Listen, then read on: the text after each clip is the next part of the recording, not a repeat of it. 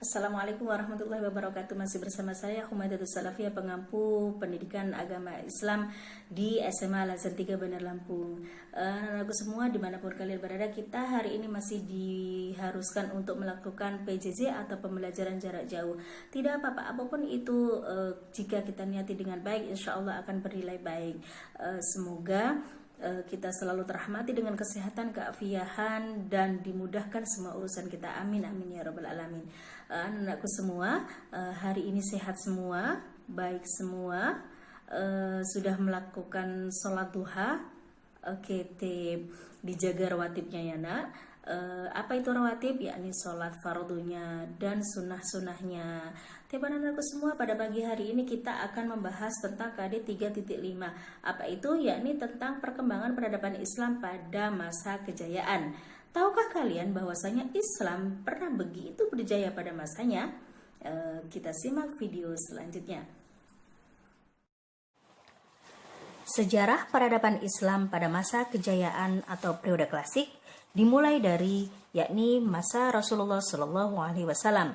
Seperti yang disampaikan oleh Ahmad Al-Usairi dalam At-Tarikh Al-Islami yang dikutip Samsul Munir dalam bukunya Sejarah Peradaban Islam, bahwa sejarah masa Rasulullah Shallallahu Alaihi Wasallam ini dimulai dari tahun 52 sebelum Hijriah hingga tahun 11 Hijriah, yakni tahun 570 Masehi hingga 632 Masehi.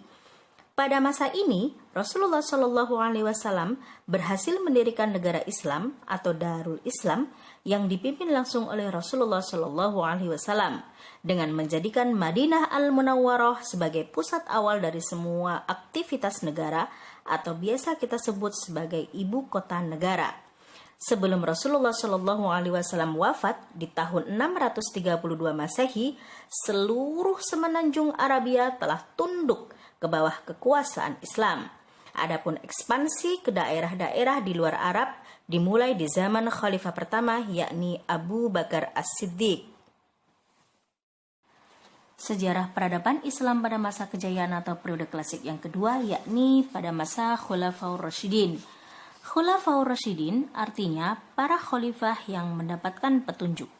Khulafaur Rasyidin adalah gelar prestasi yang diberikan kepada 4 khalifah sepeninggal Rasulullah Shallallahu Alaihi Wasallam, yakni Abu Bakar As-Siddiq, Umar bin Khattab, Utsman bin Affan, dan Ali bin Abi Thalib.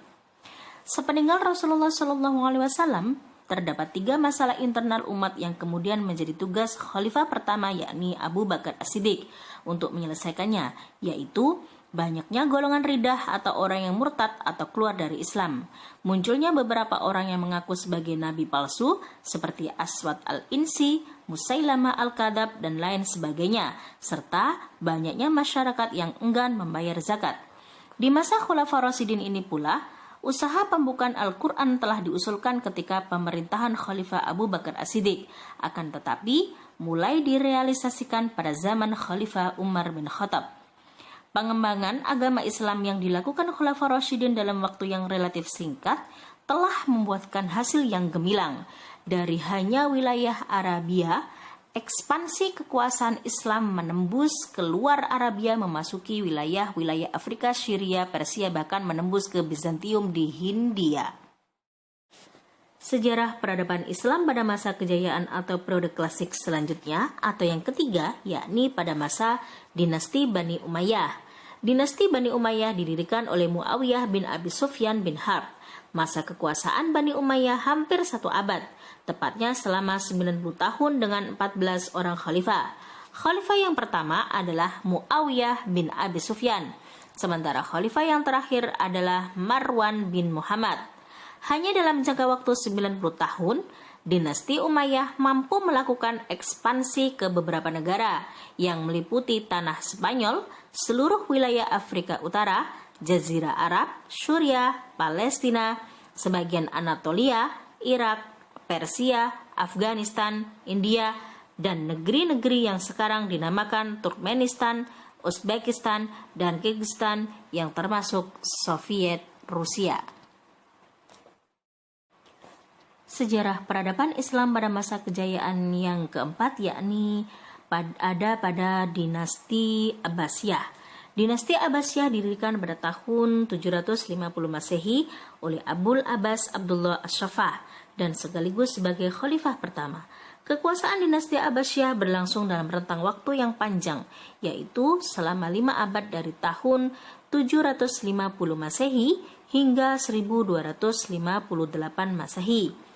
Puncak kejayaan dinasti Abbasiyah terjadi pada masa Khalifah Harun ar-Rasyid, yakni dari tahun 786 Masehi hingga 809 Masehi, dan anaknya yakni Al-Ma'mun dari tahun 813 Masehi hingga 833 Masehi. Ketika Harun ar-Rasyid memerintah, negara dalam keadaan makmur, kekayaan melimpah, keamanan terjamin, dan luas wilayahnya mulai dari Afrika Utara hingga ke India. Suriah didirikan pula perpustakaan pertama yang diberi nama Baitul Hikmah. Di dalamnya, orang dapat membaca, menulis, dan berdiskusi. Begitulah puncak kejayaan pada dinasti Abbasiyah. Sejarah peradaban Islam pada masa kejayaan atau periode klasik selanjutnya, yakni dinasti Turki Utsmani. Dinasti Turki Utsmani merupakan kekhalifahan yang cukup besar dalam Islam dan mempunyai pengaruh cukup signifikan dalam perkembangan wilayah Islam di Asia, Afrika, dan Eropa. Bangsa Turki memiliki peran yang sangat penting dalam perkembangan peradaban Islam. Peran yang paling menonjol terlihat dalam birokrasi pemerintahan yang bekerja untuk para khalifah Bani Abbasiyah.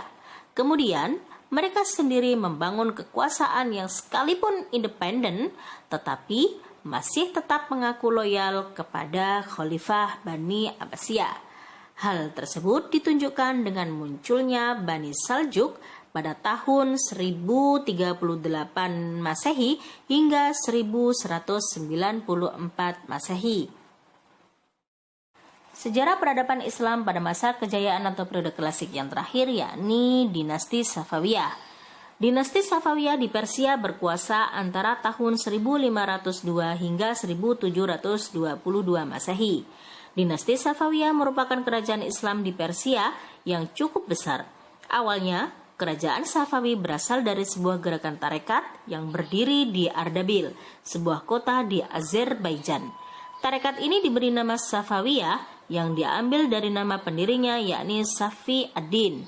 Dan nama Safawi itu terus dipertahankan sampai tarekat ini menjadi gerakan politik.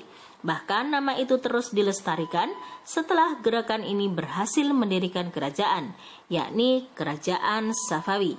Safi ad-Din berasal dari keturunan orang yang berada dan memilih sufi sebagai jalan hidupnya. Begitulah dinasti Safawiyah. Teman-teman aku semua, jazakumullah khair telah menyaksikan video dari saya. Semoga bermanfaat dan saya akhiri wabillahi taufiq wal hidayah wa ridha wal inayah. Wassalamualaikum warahmatullahi wabarakatuh.